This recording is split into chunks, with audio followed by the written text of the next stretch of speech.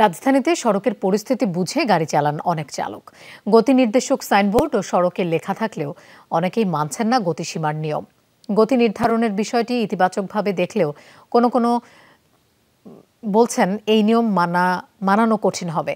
যোগাযোগ সচিব বলছেন গতিসীমা মানাতে কাজ করবে প্রশাসন, আর যাত্রী কল্যাণ সমিতির মতে কারিগরি দিক বিবেচনায় না নিয়েই করা হয়েছে বিধান, তাই সুফল পাওয়ার ব্যাপারে সন্দিহান তারা। সিলন ফ্যামিলি ব্লেন্ডের কড়ালিকার আর সতেজ স্বাদের পারফেক্ট ব্লেন্ডে স্বপ্নেরা মিলুক টানা।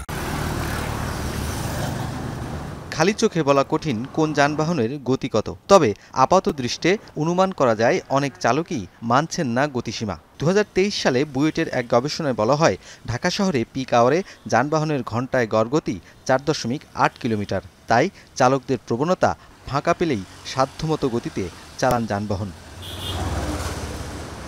বিআরটিএ ঢাকা শহরে বাইকের জন্য সড়ক ভেদে 20 থেকে 30 কিলোমিটার গতি বেঁধে দিয়েছে, আর প্রাইভেট কার ও বাসের জন্য 40 কিলোমিটার। আমি এটাকে সমর্থন করি। দুর্ঘটনা অনেক কিছু নিবারণ হবে।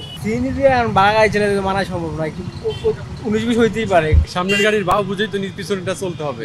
অন্যান্য জন্য এটা বলতে পারি না, আমার ডাইনে আর কি 50-এর উপরে টানি না। আমার এই গাড়িতে 80-90 ওঠানোর কোনো ব্যাপার না, কিন্তু আমি পারতপক্ষে 60-এর উপরে কখনো পার করি না। 30 গতিতে চলা যায় না রাস্তায়, রাস্তা যেভাবে চলবে ওইভাবে চলা লাগে।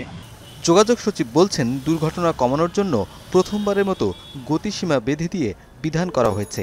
এটি মানানোর বিষয়টি দেখবে প্রশাসন। সবার জন্য আমরা এখন নিয়ম করছি, একটা ডিমান্ড আসলে সবার কাছ থেকে, একটা আমাদের ঠিক করে দেন কোন রাস্তায় কত গতি হবে। বিআরটির ক্ষমতাপ্রাপ্ত ম্যাজিস্ট্রেট, জেলা প্রশাসনের ম্যাজিস্ট্রেট, হাইওয়ে পুলিশ, জেলা পুলিশ, মেট্রো পুলিশ, তারা সবাই এই গতি নিয়ন্ত্রণের জন্য কাজ করবে। তার জন্য একটা গাইডলাইন দরকার, সেই গাইডলাইনটা আমরা দিয়েছি। মানুষকে মানাতে হবে, সে মানানোর দায়িত্ব কিন্তু সরকারের, বেসরকারি সংস্থার, গণমাধ্যমের, জনগণের, সকলের। কিন্তু গতিসীমার বিষয়টি কারিগরি।